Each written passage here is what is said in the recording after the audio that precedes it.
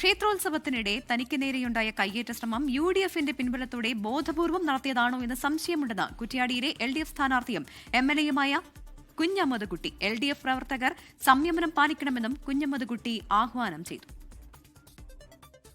ഒരു സാമൂഹ്യ വിരുദ്ധൻ ബോധപൂർവം എന്റെ നേരെ കയ്യേറ്റ ശ്രമം നടത്തുകയുണ്ടായി. എന്റെ കൂടെ ഉണ്ടായിരുന്ന ക്യാമറാമാനെ ആദ്യം തട്ടിമാറ്റി അതിനുശേഷമാണ് എനിക്ക് നേരെ കയ്യേറ്റ ശ്രമം ഉണ്ടായിട്ടുള്ളത്. സമാധാനപരമായ അന്തരീക്ഷമാണ് കുറ്റ്യാടി മണ്ഡലത്തിൽ മുഴുവൻ നിലനിൽക്കുന്നത്. സമാധാനപരമായ രൂപത്തിൽ തന്നെ നമുക്ക് തെരഞ്ഞെടുപ്പ് പൂർണ്ണതയിൽ എത്തിക്കാനും കഴിയേണ്ടതുണ്ട്.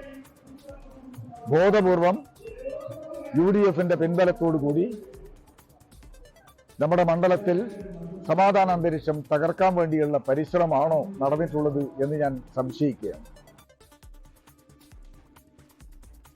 വിവരങ്ങളുമായി വർഷയാണ് കോഴിക്കോട് നിന്ന് ചേരുന്നത്. വർഷ, ഇങ്ങനെയൊരു ആരോപണം ഉന്നയിക്കപ്പെടാനിടയായ സാഹചര്യം എന്താണ്? എന്തുകൊണ്ടാണ് ഈ ആരോപണം UDFന് നേരെ ഉന്നയിക്കപ്പെടുന്നത്?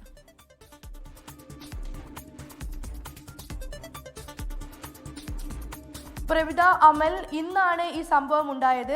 LDF സ്ഥാനാർത്ഥിയും സിറ്റിംഗ് MLAയുമായിട്ടുള്ള KP കുഞ്ഞമ്മദിന് നേരെയാണ് അക്രമം ഉണ്ടായത്. വടകര മണിയൂർ തെരു മഹാഗണപതി ക്ഷേത്രത്തിൽ വെച്ചാണ് സംഭവം. ക്ഷേത്രോത്സവത്തിനിടെ പങ്കെടുക്കാനെത്തിയ MLAക്ക് നേരെ മർദ്ദനം ഉണ്ടാവുകയായിരുന്നു. ഒരു സാമൂഹ്യ വിരുദ്ധൻ തന്നെ ആക്രമിച്ചു എന്നാണ് ഈ വീഡിയോയിൽ MLA തന്നെ വ്യക്തമാക്കുന്നത്.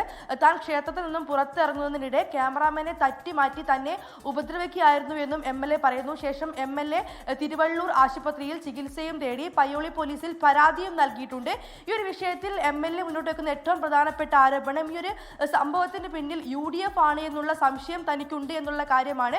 കുറ്റ്യാടിയിൽ പൊതുവെ സമാധാനപരമായ അന്തരീക്ഷമാണെന്നും അത് തകർക്കാൻ വേണ്ടി UDFന്റെ പിൻബലത്തോടു കൂടി RMP നടത്തിയ ഒരു ശ്രമമാണിതെന്നുമാണ് പൊതുവെ CPMന്റെ ഒരു പ്രധാനപ്പെട്ട ആരോപണമായി ഉന്നയിക്കുന്നത്. എന്നാൽ ഇതിനെ തള്ളിക്കൊണ്ട് RMPയും രംഗത്ത് വരുന്നുണ്ട്. തങ്ങൾക്കിതിൽ പങ്കില്ല എന്നും ഈ ഒരു സംഭവത്തെ രാഷ്ട്രീയമായി കണ്ടുകൊണ്ട് CPM കളിക്കുകയാണെന്നുമാണ് RMP സംസ്ഥാന സെക്രട്ടറി ആയിട്ടുള്ള N വേണു വ്യക്തമാക്കുന്നത്. എന്തായാലും MLAക്ക് പരിക്കേറ്റിരുന്നു. ആശുപത്രിയിൽ ചികിത്സ തേടി പയ്യോളി പോലീസിൽ പരാതിയും നൽകിയിട്ടുണ്ട്. പ്രഭിത, ലോകത്തെവിടെയായാലും ഏത് സമയത്തും 24 വാർത്തകളും ഓഗ്മെന്റഡ് റിയാലിറ്റി പാക്കേജുകളും എക്സ്പ്ലെയിനറുകളും വിശദമായി കാണാൻ ഞങ്ങളുടെ YouTube ചാനൽ നിങ്ങൾക്ക് സബ്സ്ക്രൈബ് ചെയ്യാം.